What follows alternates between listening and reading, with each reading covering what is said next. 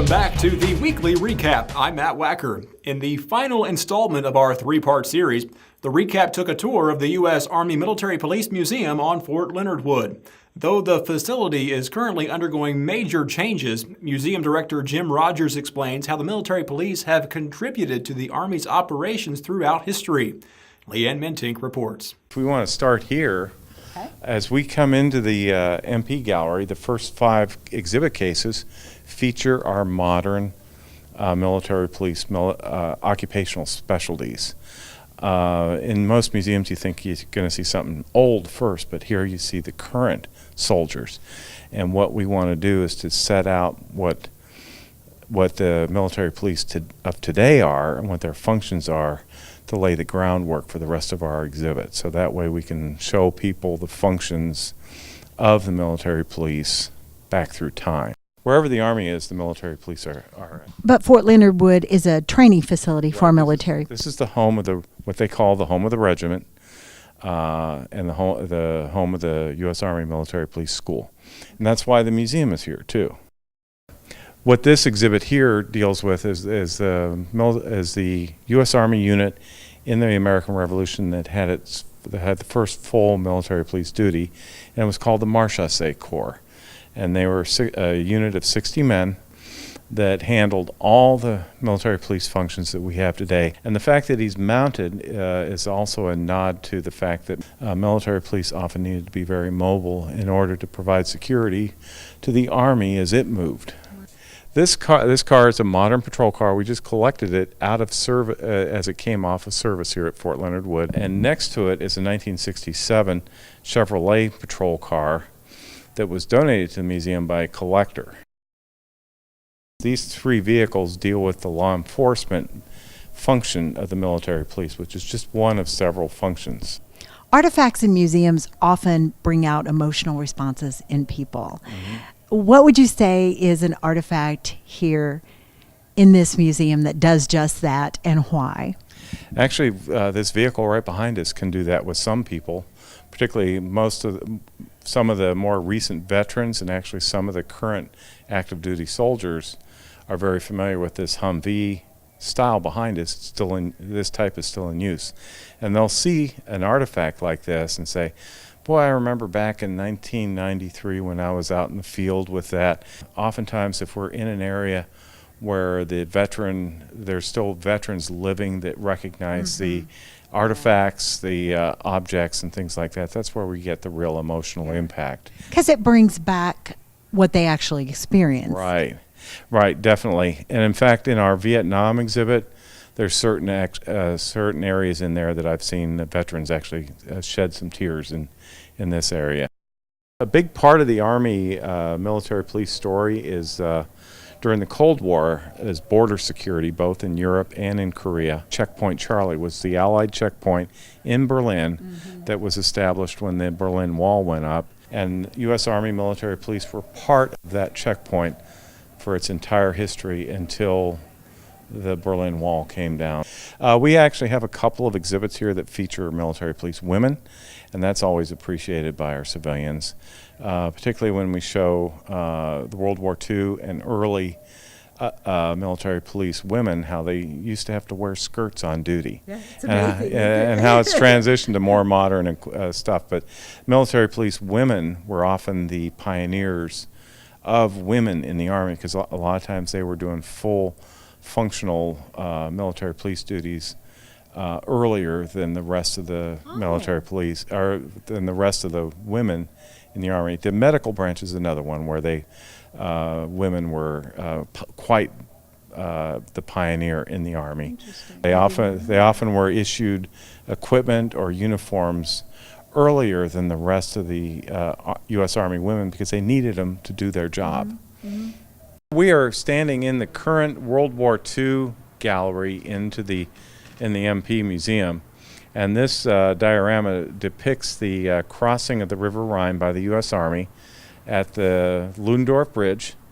Was the only intact bridge that was captured on the Rhine, and the fact that the Army captured it intact and was able to cross soldiers and forces, they feel shortened the war in Europe by several months. Yeah, part of the MP function is prisoner management in prisons, military prisons, or POWs, and as you can see, I'm behind bars right now. So is Leanne. So hopefully we can get out of here.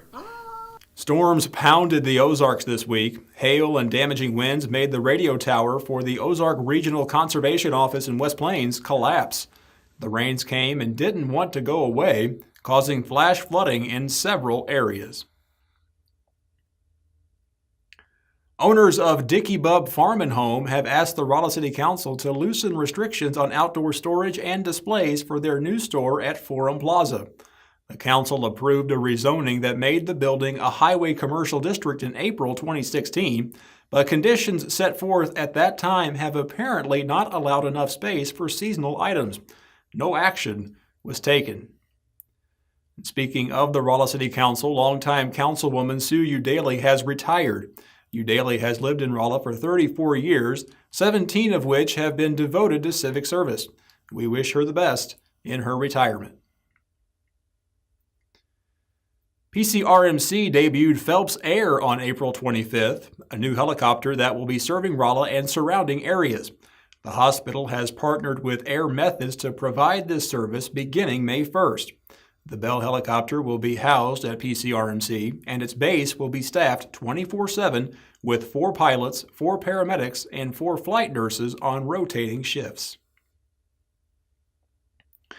Newly elected Sullivan City Collector Mike McCullough has resigned. McCullough won the election on April 4th, was sworn in on April 19th, then promptly released this statement.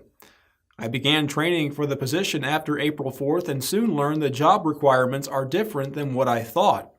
I have given considerable thought to my willingness to continue as a city collector and know in my gut I am not comfortable taking on this role. I have gained the utmost respect for what the job requires and have confidence in Judy McPherson as the city collector.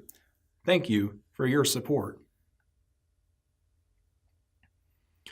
The March for Science organization has spurred conversation among members of the science community, as well as some controversy about the role of science in politics and everyday life. A local March for Science took place in Rolla on April 22nd. Crowds gathered in a celebratory atmosphere to uphold the cry of science, not silence. Leanne Mentink was there. Welcome to the March for Science Rolla. Matt, I'm here with Lindsay Dunstetter. She's the organizer for the Rolla event. Lindsay, tell me about today's march. Well, first off, it's extremely exciting. I don't know how much you can see right now, but we're getting ready to kick off our speakers at around 10 o'clock, and it's just filling up, and the support has been phenomenal. So a little bit of backstory about the March for Science. It came out as a grassroots effort calling for transparency in our new administration to talk about research and development and the need for funding. EPA is getting cut. The park system has been hit really, really hard. And as a citizen of this town and of this world, I want those resources to be available to all of us. So we kind of talked about, should we go to Springfield or Columbia or St. Louis? And we thought, you know what? We're a hub for science and technology right here in Rolla, Missouri. So we gauged interest, and it's been so overwhelming. So we marched in solidarity today with over 600 marches worldwide to raise awareness and to celebrate the amazing research that these people are doing every day. Mariah, tell me a little bit about yourself and why you're marching today. Well, I'm a graduate student here at Missouri S&T getting a degree in technical communication, but my background's in biochemistry. I have a bachelor's degree from the University of Missouri in biochemistry, and I worked for a couple of years as a scientist in a laboratory. And then in 2014, we lost our NIH funding for the grant I was working on. So this march is personal for me. It's something I really support, publicly funded science and publicly communicated science. And it's not just about my job. It's about the work that we were doing at that laboratory that can't be done anymore because of political issues with funding for science. I know there are some that say that the March for Science actually excludes some in the science community and maybe politicizes science. What would you say to those dissenters? First off, this is America, and it's great that they have a right to their opinion and that we can have a dialogue about it, first off. And that we haven't had that here. We haven't really had that in Rolla. It's been overwhelmingly positive because it's a celebration of science. It's a celebration of our diversity, of our community. And first and foremost, science should not be a political issue, and that's why we march.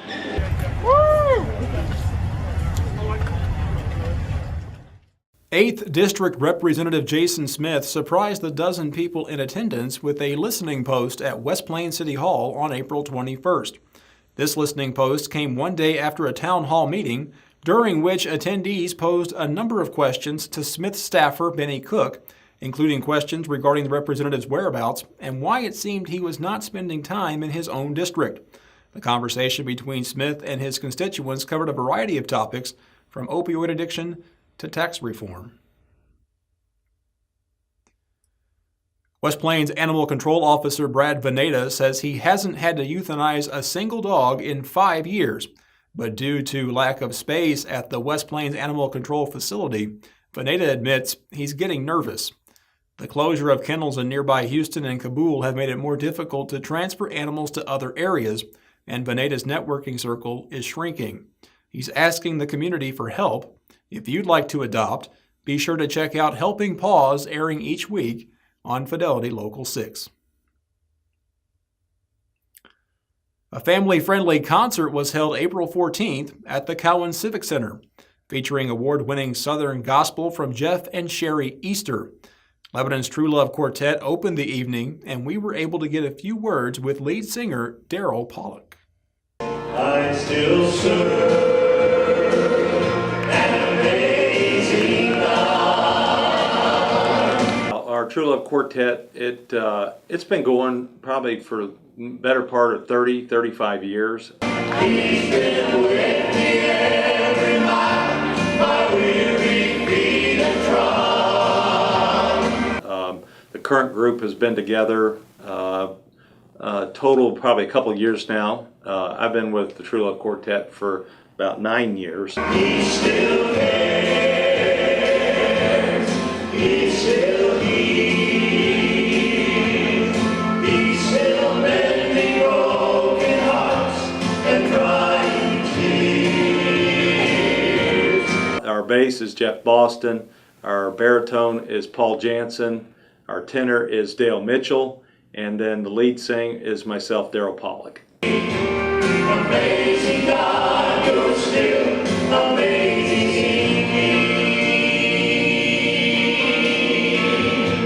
And we want to share that there's hope in the Lord, and that through faith that they can have a relationship with Him. And so that's where our whole purpose is that we just want to share it with that message to everyone that we come in contact with.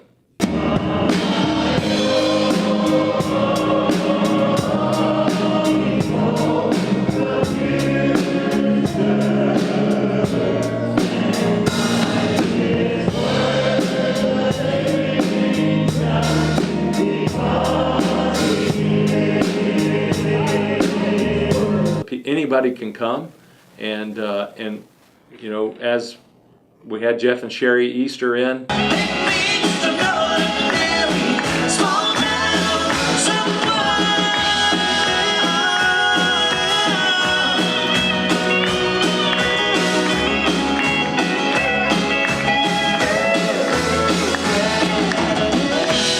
So that's going on May 20th, and that's a free concert as well with Unspoken right here in Lebanon.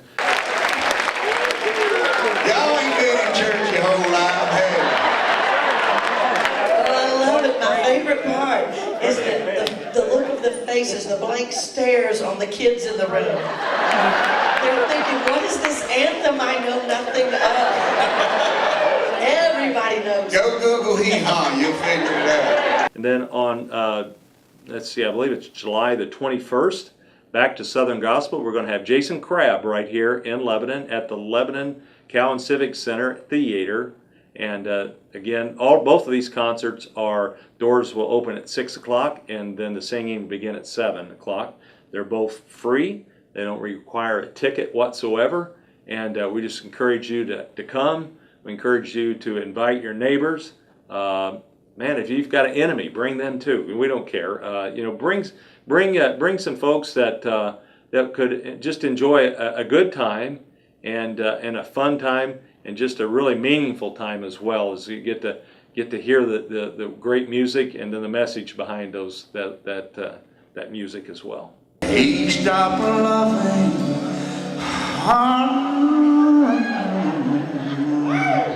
That felt pretty good right there.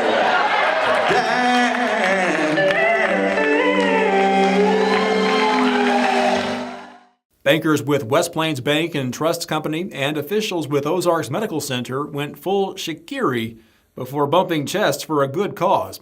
These dignitaries dressed as sumo wrestlers to raise money for the OMC Cancer Treatment Center on April 19th. The happening took place in the parking lot of the Parkway Shopping Center on Porter Wagner Boulevard. The main event bout was between OMC President and CEO Tom Keller and West Plains Bank President and CEO David Gaughan. Thanks to a new grant, the Kaleidoscope Discovery Center is getting ready to expand their robotics program this summer.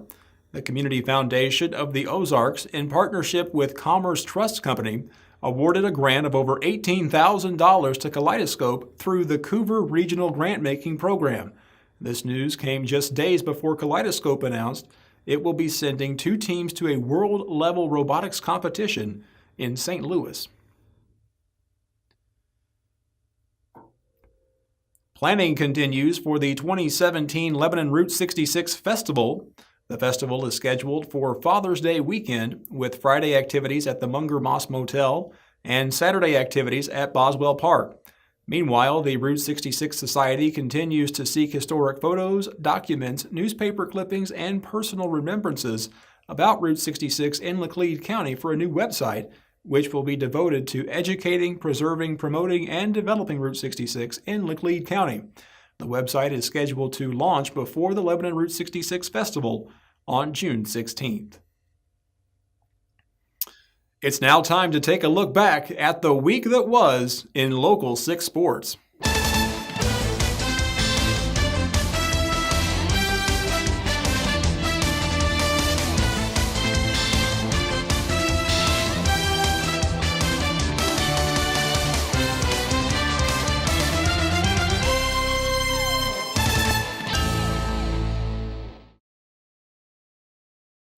Winners from a community-wide rock, paper, scissors tournament arrived at Gale Bowman on April 22nd, ready to compete for distinction as the ultimate game changer for United Way of Phelps County. Kathy Heflin of Prevention Consultants walked away after the 20-minute tournament with all the bragging rights. 1, 2, 3, shoot. All right, this is for all the marbles. Oh, God, come on! Be gone with you. Get out of here. Just get out of here, okay? You're supposed to let the anchor win. That's all for now. I'm Matt Wacker. I've been defeated, but I will return next week, and perhaps we'll do this again. I'll see you then.